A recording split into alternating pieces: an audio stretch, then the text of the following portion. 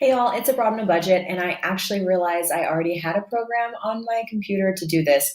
So I get to go ahead and do this much earlier than I thought I would, which is to share my budget with real numbers with you so you can see what it's like to try and budget and live off of a teacher's salary in Sweden. So let's just jump right in. I know that there are lots of different programs for doing a budget. People like You Need a Budget or they like Every Dollar. I really like using Google spreadsheets because I want to be able to customize it. I'd like to be able to keep everything saved on my drive. And I don't really want to have to link my checking account to any external server, especially because a lot of the most popular budgeting software seems to be marketed at an American market. I'm just really not sure how it will be whenever I try and set it up with my Swedish checking account and with all of these different types of privacy protections that are slightly different in Europe than they are in the United States. I just really don't want to deal with it. I also like having it on my Google Drive because I can record anything anywhere I am, just exactly like I would if I had an app, and I'm able to kind of fiddle with everything and personalize it. So just starting right at the top with my paycheck. Loan means just paycheck in Swedish. It's not a loan.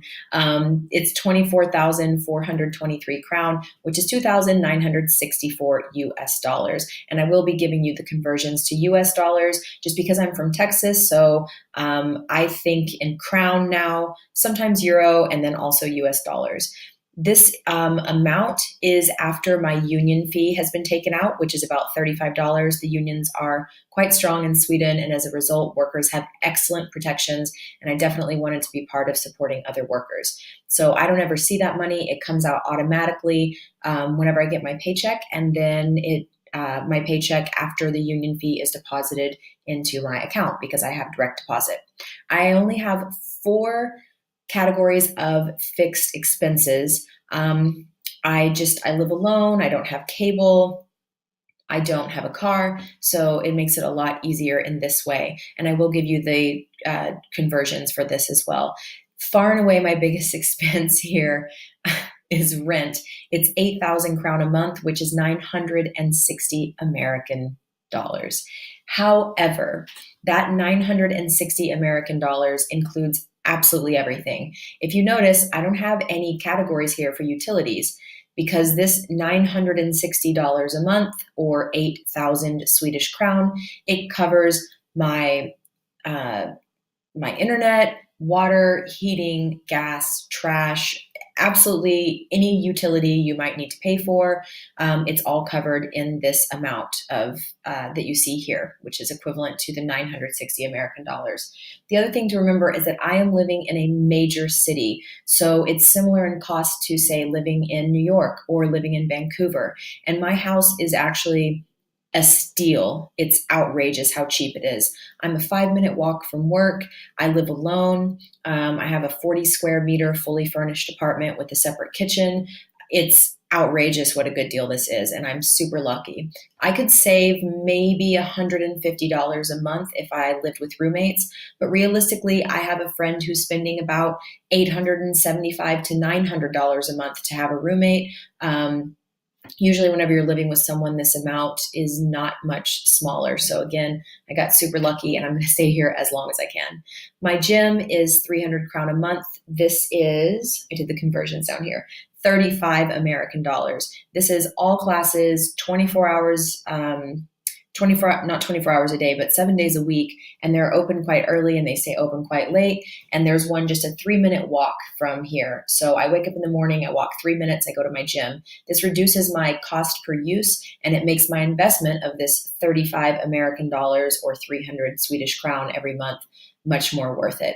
My cell phone, I do a pay-as-you-go plan because I move around a lot. I'm never sure where I'm going to be and I don't want to have a contract. The pay-as-you-go plan is actually a little bit cheaper because they don't have a storefront. You just go into a local convenience store and you get a code, and I get 4 gigabytes of data, unlimited talk, unlimited text for 23 American dollars a month. That's what this is. And then finally, Spotify, which it's funny that it's rent, gym, sell, Spotify, but I don't have cable or anything else like that. So my only entertainment fixed fixed expense is Spotify. I do this because it's 12 American dollars a month, and I get to take advantage of having my internet already included in my rent. I get to access my the school's internet at work, and I really enjoy listening to music whenever I'm working, especially whenever I'm grading papers for hours and hours. And I definitely listen to music and personalized playlists when I work out. So it just improves my life across the board, and I definitely think it's worth $3 a week to have that. So down here, my savings amount. This is usually 11,000 SEK, which is about $1,400 a month. However, as I've mentioned before, I'm doing a no sugar, no spend April, and I've pushed down my weekly spending, which we'll talk about down here, significantly. So this allowed me to save essentially an extra $300 this month. So for this month, I am saving $1,700. Now, if you can see, my fixed expenses are 1,030 US dollars. If you add up rent, gym, cell, and Spotify, this is what I pay each month. Depending on what the dollar is doing in relation to the crown, it's usually about $1,000, which I think is really low for a single person, especially living in an expensive city and an expensive country like Sweden. This long-term savings goal I'll talk about in another video in more detail, but this is where I'm trying to get to, which is 15,500 US dollars by June 2019. Let's scroll down here. It's being a bit slow. Great. So this is my weekly spending. Now, note that I would usually give myself 1,000 crown a week. This is 120 American dollars. That amount might seem like a lot. However, keep in mind, if it's not rent, gym, cell, or Spotify, it's coming out of that $120. This means groceries, entertainment, any kind of irregular expenses. Does a gift come up? Do I need to go to a friend's birthday? Oh, I would like to send home some postcards because it's Easter. Absolutely anything. I need toilet paper, dish soap, laundry detergent. I need a new pair of socks. Absolutely everything. So yes, this does include clothing. Absolutely everything that is not in these 4 categories comes from my weekly spending. So with that in mind, I think $120 is pretty reasonable. I know a lot of people like to break it down into personal spending or clothing or restaurant, groceries.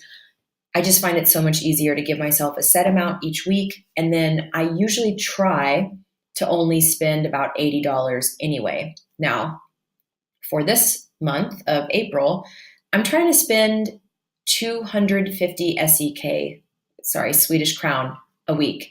That's $30. So if it's not rent, gym, cell, or Spotify, I'm trying to spend $30 a week this month.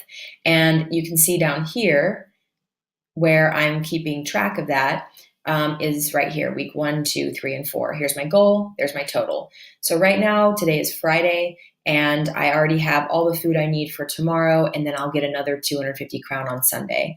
This will probably kick all the way up exactly 250 crown because I'm hosting that taco dinner tonight, and it'll probably cost me about 50 crown or about $5. So right now, I'm really trying to squeeze it out of my budget, $30 a week for everything. Absolutely everything. Thankfully, I have a lot of food in my freezer, a lot of food in my pantry because I shop discounts and sales. It wouldn't be possible if I was just if I was starting from scratch, for example. I don't think it would be possible to only spend $30 a week on food in Sweden for a single person, realistically. Maybe, but it wouldn't be, I think it would be almost impossible. So that's what my budget's looking like right now. Right here, my taxes changed. And so I have an extra about $100 just extra because the taxes changed. I didn't know that was going to happen. And it's a great bonus because my friend's birthday is coming up next week. So I will use some of that money to get them a birthday present. And then it won't have to come out of any of this tightened up budget that I've made for myself. So if we just scroll all the way back up to the top, I am making 2,900 US dollars a month, and I am spending 1,000 on fixed expenses. So hopefully I can keep to this $30 a week budget. Thanks. Bye.